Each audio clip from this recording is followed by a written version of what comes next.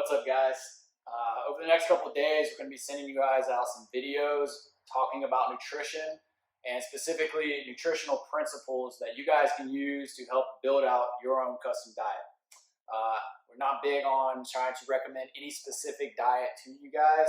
I want you guys to be able to look at this stuff and then go out and figure out what's going to be the most optimal diet for you, what you're trying to do. So over here on the left side of the board, I'm sure you can't really see it on the video, but we're going to post some pictures to this. We got some nutritional principles laid out in terms of hierarchy, okay? So number one is calorie balance. Okay? That's going to be our most important thing. We're about to get more into that in just a second. Number two is going to be your macronutrient amounts. Number three, when timing, nutrient timing. Number four is food composition, kind of the quality and what we're actually putting into it. And then number five is going to come down to be supplements. And then we're also going to talk about water, vitamins, and minerals as well, and how you guys need to look at that, okay? So, coming over into our calorie balance. In terms of our body composition, this is going to be our most fundamental principle that we need to understand, all right? It is the ratio between calories taken in and calories expended, right? How much are you burning versus how much you're taking in? If we don't have this down, then we don't have a solid baseline in order to make any sort of nutritional adjustments going forward, okay? There's three things that we want to look at in terms of our calorie balance, right? We have a negative calorie balance, a neutral calorie balance, and then a positive calorie balance. And it's pretty simple when we explain it, but a negative calorie balance is essentially going to be using more calories than consumed, which causes the body to produce energy through stored tissue, all right? So, meaning you're burning off more than you're taking in, okay? So you will always have weight or tissue loss when you're in a negative calorie balance. So I've used this example before, but you know, this is why this principle is number one, is because if I wanted to eat, you know, a Whataburger cheeseburger every single day, but if that was all I ate and I kept up my normal daily activities, I'm still probably going to lose weight. I'm going to lose some tissue. Now I'm going to lose muscle along with the fat, but I'm going to see weight come off, okay? Now, like I said, that's priority number one in terms of weight loss, but we have other things that we're going to hit on to make sure that we're having a complete diet. So negative calorie balance. So if I need to lose weight, I have to be in a negative calorie balance. Neutral calorie balance. This is where you're just matching the calories that you're burning, okay? So most of us, you know, if we're staying at a pretty consistent weight, we'll get more into that in a second, you're going to find yourself in a neutral calorie balance. Now, it's not like every single day you're right there with it, you're eating the exact same, but over the period of time, you're probably in a neutral calorie balance if you're at the same weight for an extended period of time. Then we come down, you also have positive calorie balance. So simply put, you're putting in more calories than you're burning off, okay? So if your goal is to put on some muscle or put on some tissue, this is where we have to be. Okay? We have to be putting in more than what we're actually burning off. All right, extra calories consumed are converted into storage forms. Right, this will always result in tissue gain. Okay, now obviously there's many factors that go into this in terms of like what kind of tissue we're gaining and stuff like that. Right, if we're doing resistance training and we're getting our macros right, which we'll get into later on, then yes, what that tissue looks like is going to be different depending on other factors. But nonetheless, if we want certain goals in terms of body composition, then we have to look at this first, all right? So how do we determine our calorie balance? Now, counting calories can be pretty mundane. I'm not saying you have to do it every single day, but we do need to figure out what's a ballpark number for ourselves and where do we need to be so that we can kind of make our adjustments needed. Also, it's a good idea just to kind of know what a day of calories looks like. Right?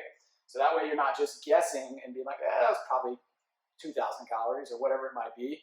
Just kind of have an understanding of like what a certain amount of calories feels like, what it looks like on a daily basis of eating, okay? So how do we determine? Easiest way, okay, is just to weigh yourself twice a week, okay? Weigh yourself twice a week and do it for like a 2-week period. See where the trends go, all right? If you are gaining weight after 2 weeks, you see a trend going up, you're probably in a positive calorie balance. Okay? If you're the same weight, after 2 weeks. Obviously, like I said, there's going to be about 2% fluctuations in there. But if you're relatively the same weight, you're probably in a neutral calorie balance. If you're losing weight, you're probably eating less than you're actually burning off. Okay? So just kind of keep an eye on that. Start weighing yourself twice a week. Make it like a Monday, Thursday, or something like that. All right, now after that 2-week period, if you want to make some adjustments based off of your goals, what do we do from there? Well, 1 to 2 pounds in either gain or loss is going to be the most ideal way to go. Right? So anything more or less than that, we'll just say more because most people want to go a little too aggressive with it. Anything more than that is either one, if you're trying to lose weight more than 2 pounds a week, you're probably going to be losing a lot of muscle alongside that. Okay, so we don't really want to go too much more than that. And then on the other side, gaining weight, you're probably going to be adding in a lot of fat on top of that if we're trying to gain weight more than 2 pounds a week. So optimally, which is what we're shooting for, 1 to 2 pounds a week. 1 pound of tissue is going to be 3,500 calories. Right? So we want to shoot for alterations of about 500 to 1,000 calories a day, which will turn out to be about 3,500 to 7,000 calories a week, 1 to 2 pounds. Okay, that's where we want to be. So knowing that, what's a good starting point? Well, it depends on your goals and your training level. All right. We kind of have some baseline numbers up here, and you guys will see these in the pictures. But depending on your goals, depending on your training status, what we kind of recommend is anywhere between 11 to 13 calories per pound of body weight if it's an off day or if your goal is to lose weight.